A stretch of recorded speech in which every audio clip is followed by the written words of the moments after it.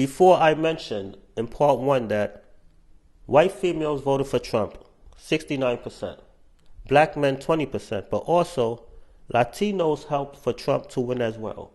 Latino males voted 55% for Trump, and Latina females, 36% for Trump. So that's why Trump won. I believe that they've done this. They wanted Trump to win because of the migrant crisis. I believe they voted for Trump because they're tired of the migrants getting all the benefits and Americans are not getting anything.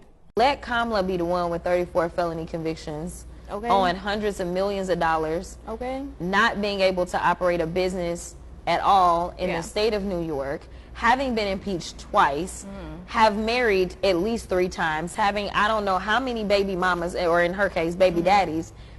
She would not be the nominee. No, she wouldn't even be vice president. She wouldn't be anywhere near this, right? So, like, I'm looking at this scenario and I'm saying, yo, all the polls are close and they're saying that she may lose when she literally, it is the epitome of what it is to be a person of color, especially a woman of color in this country, where when we say we have to work 10 times as hard just to get into the building, we mean that.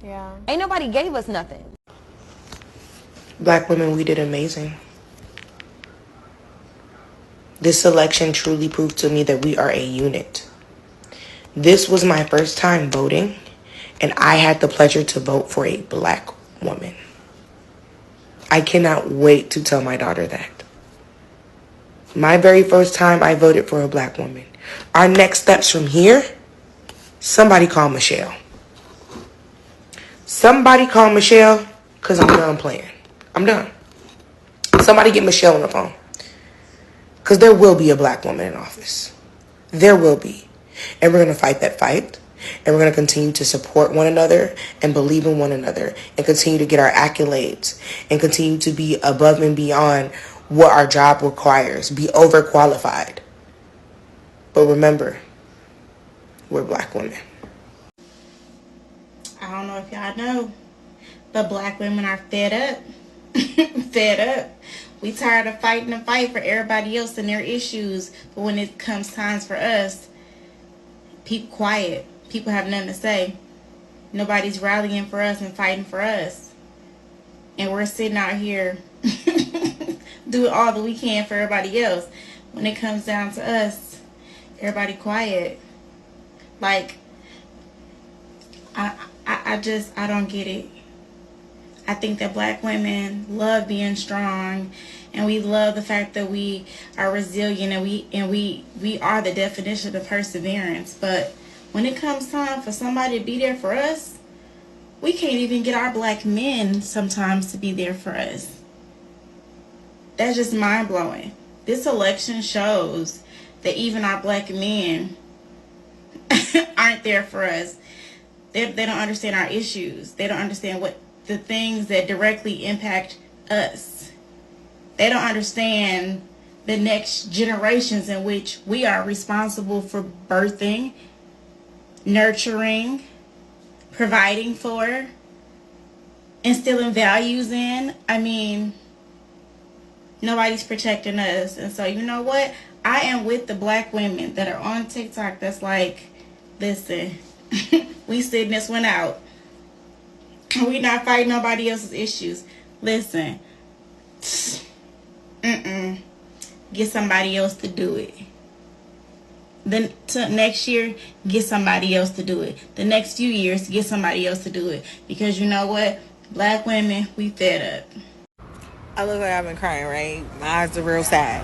Because today is just a reminder that as a black woman, you got to be 50 times harder, 50 times smarter, 50 times just more, just everything to win against a basic white man. Not even a basic white man, a felon of 34 charges, a known rapist, misogynist, sexist.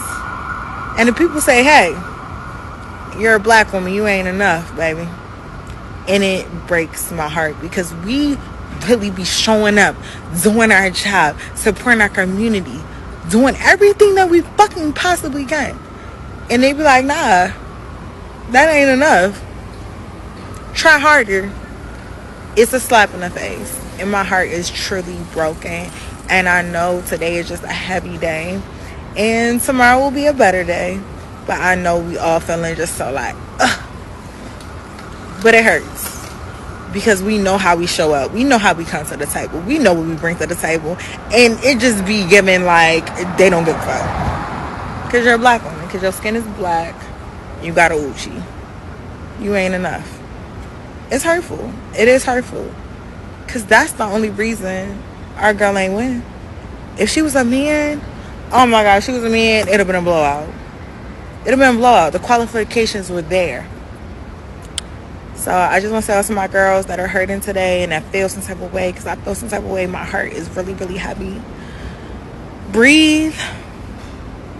It's not much we can do. It's nothing we can do. But know you are enough. I just want you to know you are enough. It's okay. Even though black females wasn't successful with trying to help Kamala Harris, 93% of black females voted for Kamala Harris. Even though Kamala didn't win, black females has created a unity because of that. Because now they see that they're able to come together for a common goal. And now they have like this sisterhood stuff because they proved to themselves that they can unite. Even though Kamala lost, at least they've learned that they do have some unity amongst each other. Our girl didn't win, and a lot of black women are feeling the way I'm about to express now. A lot of us are feeling like, wow, even when you're more than enough, you're not enough. And I know I'm not the only one that's felt this way, but something about the fact that Kamala was more qualified, more pristine, more perfect for the role, but still was not able to be elected into that position means that it's deeper. So for me, I sent a few messages out to friends, just encouraging all the boss-ass women I know, just telling them that you're more than enough, you're striving, I see you, because we have to see one another, even if they don't see us. This political thing is just an example of part of the way that black women are seen. This is why the affirmations, the support, the community is so important to uplifting one another. Literally just spreading positive vibes today. Black women, I know most of us are not doing that great. Honestly, I didn't even watch most of the elections. I had planned to because I was still finishing doing my hair, and I was supposed to clean my apartment, and I figured I'd be able to finish it since the elections take long, but I couldn't. I just kept trying to watch other things, checking my phone, and I just I was gonna actually make like a few TikToks with the updates and a few funny ones, but I just could not get myself, together. The worst thing about this resounding, overwhelming defeat is that it is not a surprise to any of us. In fact, I'm sure most of us could have predicted this to the decimal. Okay, we're very familiar with America, and they've made it clear that we're not like them. So this isn't really surprising. I have seen black women online tell other black women, do not protest, do not march. The only thing to do now is take care of ourselves right now. We already did all we can, and we pretty much did way more than almost everybody else. Protested, voted, pushed, talked, cried, laughed, but in the end it's just the same old thing. So now it is time to take care of ourselves. Like I said, I've been in bed most of the day, so I will psych myself to work out. Yeah. And clean my apartment. Like as I said, I didn't get to it, so a little self-cleaning and self-care will go a long way. One last thing, as disappointed and tired as we are, I would hope that we realize how much work, sweat, blood, and tears we put into this and not take that lightly.